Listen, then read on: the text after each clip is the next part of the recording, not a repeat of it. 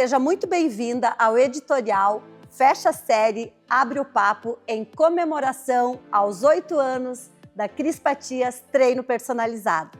E hoje o nosso bate-papo é com essa profissional que eu admiro, doutora Fernanda Guidolin, reumatologista. Doutora Fernanda, ao longo desses anos eu percebi que as mulheres já melhoraram os cuidados com o corpo, com a alimentação, com a saúde, mas elas ainda enfrentam muitas dificuldades em relação às dores, muitas dúvidas sobre articulações e sobre o funcionamento do corpo após os 40 anos. Muitas mulheres, doutora, acreditam que as dores fazem parte do envelhecimento. Te pergunto, isso é um mito?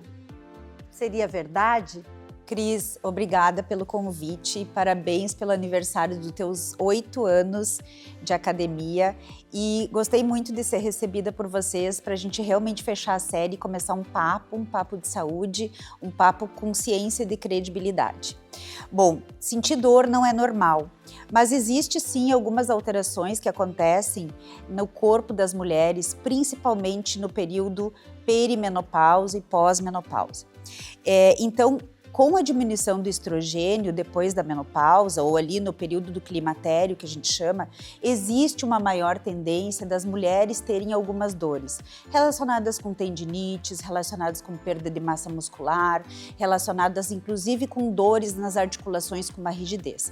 E eu sempre digo o seguinte, que quanto mais a gente investe na saúde, nos pilares de uma boa saúde, que é alimentação saudável, atividade física, sono de qualidade, boas conexões sociais, menos a gente vai sentir esses sintomas nesse período do climatério. Sentir dor não é normal, precisa ser investigado, mas existe sim alguns períodos em que o corpo da mulher fica um pouco mais fragilizado. Doutora, existe diferença entre uma dor pós-treino e uma dor que realmente precisa ser investigada? Sem dúvida nenhuma, Cris. A dor pós-treino é aquela que acontece 24 horas, 48 horas depois da atividade física. E normalmente é relacionada mais com alguns grupos musculares. E ela tende a passar depois de alguns dias. Inclusive, ela costuma acontecer principalmente quando a pessoa acaba se movimentando. Já aquela dor devido a alguma doença, é uma dor que demora muito mais para passar, ou seja, muitas vezes precisa de uma investigação e de um diagnóstico médico, um tratamento médico para que essa dor passe e dura não só dias, mas muitas vezes semanas. Além disso, é uma dor que costuma acordar o paciente à noite, acorda de manhã com muita dor, com muita rigidez. Esse tipo de dor precisa ser investigado. Qual a relação entre a menopausa e o aparecimento de dores nas articulações?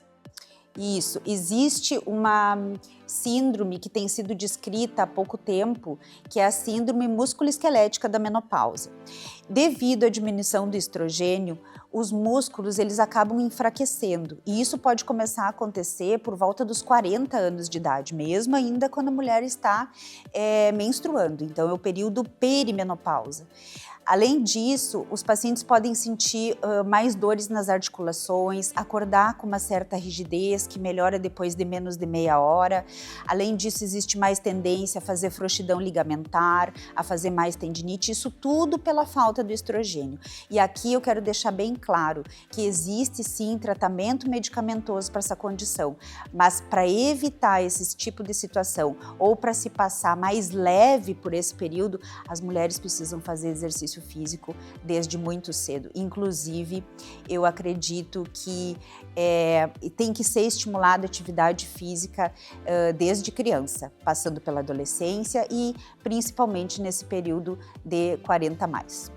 Doutora, eu te pergunto, toda mulher na menopausa, ela vai desenvolver ou existem alguns fatores de risco que podem piorar ou favorecer? Então, se essa mulher fez atividade física, por exemplo, teve uma alimentação saudável, teve controle do seu peso antes da menopausa, a chance dela passar por essa fase de uma forma mais leve, com menos sintomas, é muito maior.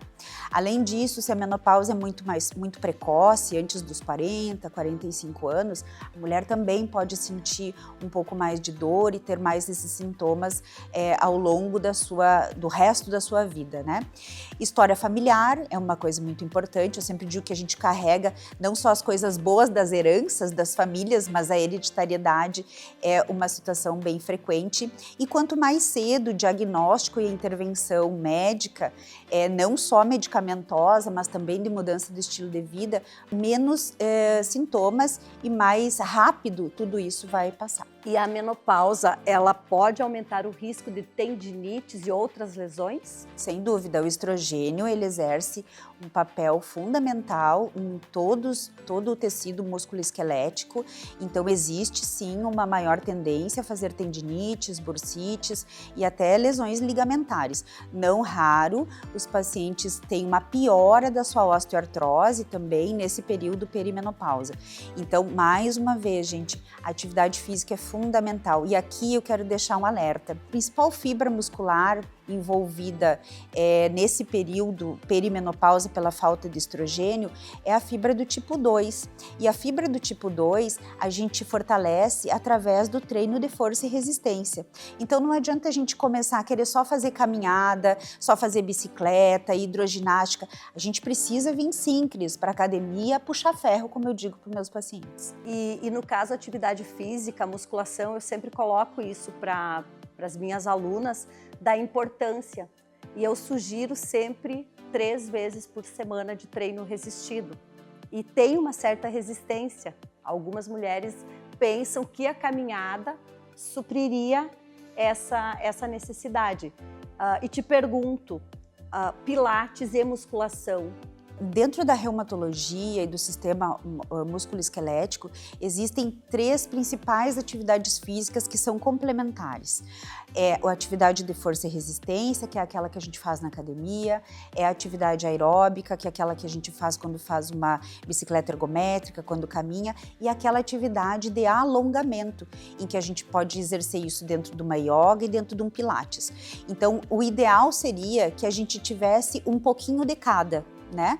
Quando não dá, a gente tem que priorizar o treino de força e resistência. E qual seria a diferença de uma artrite para uma doença reumática? A artrite, ela é um grande grupo, ela significa que aquela junta está inflamada. E existem várias formas de inflamação. Reumatismo é um termo muito antigo, usado para classificar todas as doenças que acometem o sistema músculo-esquelético. Então, a gente pode dizer que as artrites, elas fazem parte dos reumatismos, mas nem todo reumatismo faz artrite. Por exemplo, a fibromialgia é considerada uma doença reumática, mas ela não costuma fazer artrite, ela faz dor nas juntas, sem inflamação. E quando que essas dores elas devem ser investigadas por um especialista? Eu acho que toda dor que dura mais do que uma semana, ela tem que ser investigada por um especialista. Ou, mesmo antes disso, se a dor for muito intensa, se acorda o paciente à noite, se ele tem outros comemorativos. Mesmo uma fibromialgia, que parece uma doença que é mais fácil de diagnosticar, na verdade, muitas vezes ela é falsamente diagnosticada. Não raro eu atendo pacientes que têm outras doenças que se parecem em fibromialgia e que não são, como por exemplo síndrome de Sjögren, artrite psoriásica, uma espondiloartrite, uma própria síndrome musculoesquelética da menopausa. Então eu considero que todo paciente que tem uma dor que dura mais do que 7, 10 dias deveria sim ser investigado por um reumatologista. E qual seria o maior erro que essas mulheres cometem quando começam a sentir essas dores? Primeiro, é o uso do corticoide indiscriminado ou mesmo do anti-inflamatório, né? Então, a automedicação, ela é muito ruim porque os medicamentos, eles têm sim efeitos colaterais, dependendo da idade, esses efeitos colaterais podem ser mais ou menos graves, e além disso, pode mascarar sintoma. Então, muitas vezes eu atendo pacientes que já passaram por outros médicos, inclusive, e usaram múltiplas medicações, e quando chegam lá, a gente demora mais tempo para fazer o diagnóstico em função dessas múltiplas medicações já usadas. Não raro, por exemplo, os pacientes fazem ampolas de corticoide e eu tenho que pedir para eles esperarem pelo menos uns 30 dias para fazer os exames de sangue, para fazer outros exames, para eu conseguir entender o que está acontecendo, justamente por causa do mascaramento de algumas medicações. Doutora, qual seria a sua orientação para essas mulheres que estão nessa fase, que sentem dor? Primeiro, Cris, é muito importante fazer o diagnóstico, né? Eu acho que dor é que nem febre, é um sinal vital. Febre, a gente tem que saber de onde está acontecendo, a dor também. E assim que for diagnosticado, se for possível e se o médico indicar, iniciar a atividade física. Eu acho que a atividade física é fundamental para diminuir a amplificação da dor, para melhorar a condição de mais mobilidade, né? E dentro de uma situação de perimenopausa, de climatério, é fundamental para melhorar o sono, para melhorar as escolhas alimentares e para deixar essa mulher muito mais funcional e muito mais ativa. Obrigada, doutora Fernanda. E assim encerramos o nosso primeiro episódio. Até a próxima!